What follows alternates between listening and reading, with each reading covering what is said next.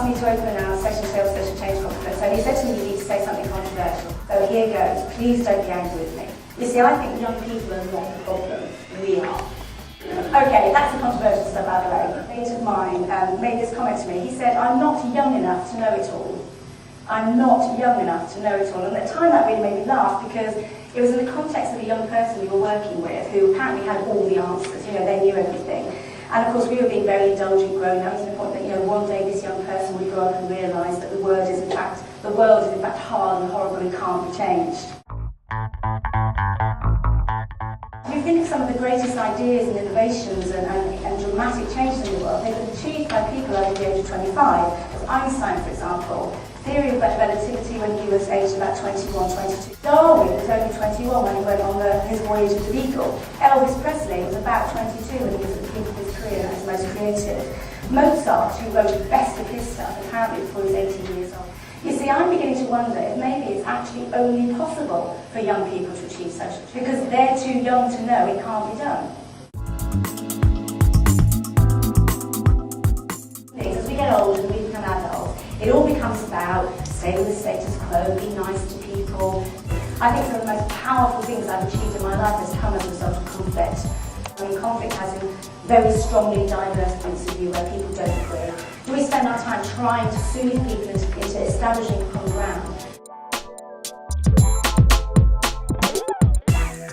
So if you feel excluded, different, misunderstood and displaced, then there's a very good chance that you are. Fighting to belong, fighting to be part of something, trying to find something to believe in is common to most young people. But do we genuinely teach our young people honesty, consistency, persistence and hard work? When we as a society repeatedly throw disembodied advice out. All that stuff on the news about that woman who got run over and she was lying in the gutter, bleeding to death, do you remember that? And there was the CCTV footage of all these cars driving past and these people driving past. I think that's outrageous. We are so busy thinking about promoting individual rights, we've forgotten about individual responsibilities. If we had everybody understand that our lives are about our responsibilities and not about rights, we wouldn't need a human rights movement, because everybody would understand about their duty to others. Because actually it's much easier to swear at the telly than it is to engage or participate in change in our democracy. And yet it's engagement and participation that we demand of our young people. Communities in which young people turn to hate crime are the same communities who ensure that their members don't die in poverty or alone. The world is not that simple, but we've created this thing, I think in Britain particularly, where it's the middle class sort of white Christian community is the ideal sort of community. I'm beginning to question those things, I really am. I'm sure we can think of some in our own lives, our own communities, where it's been young people who actually made the change. So many, if not most of our young people have all the tools they need in order to achieve social change in the world. What they don't have is the support that they need, and that support has to come from us as adults.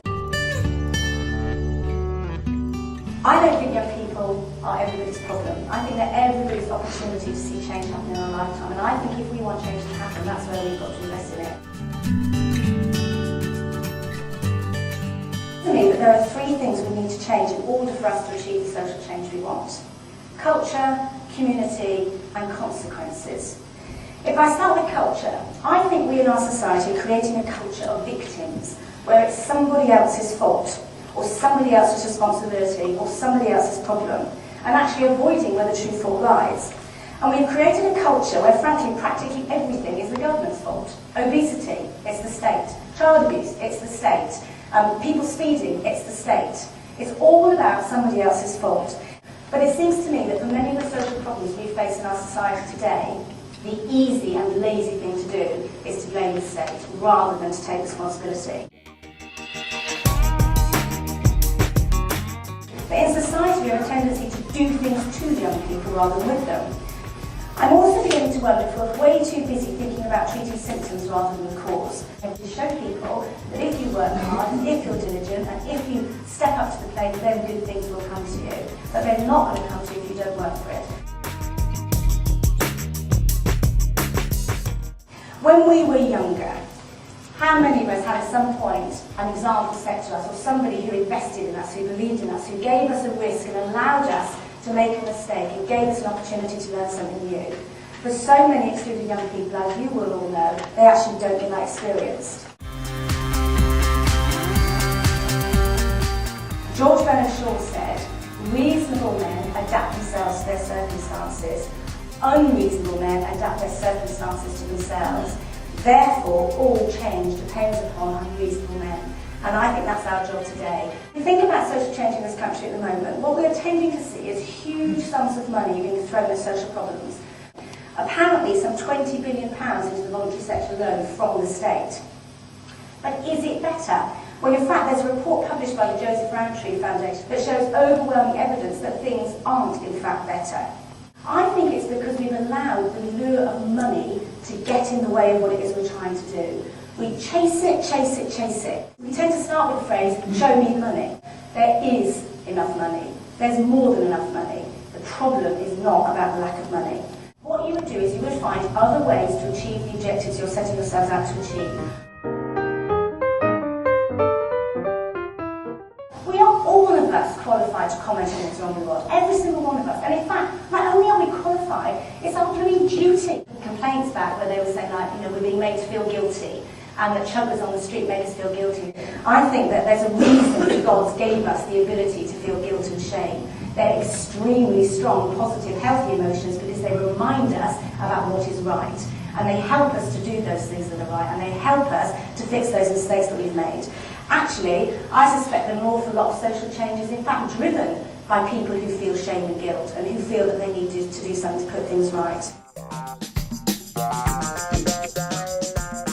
It's those people who believe it can be done who are the ones who make change.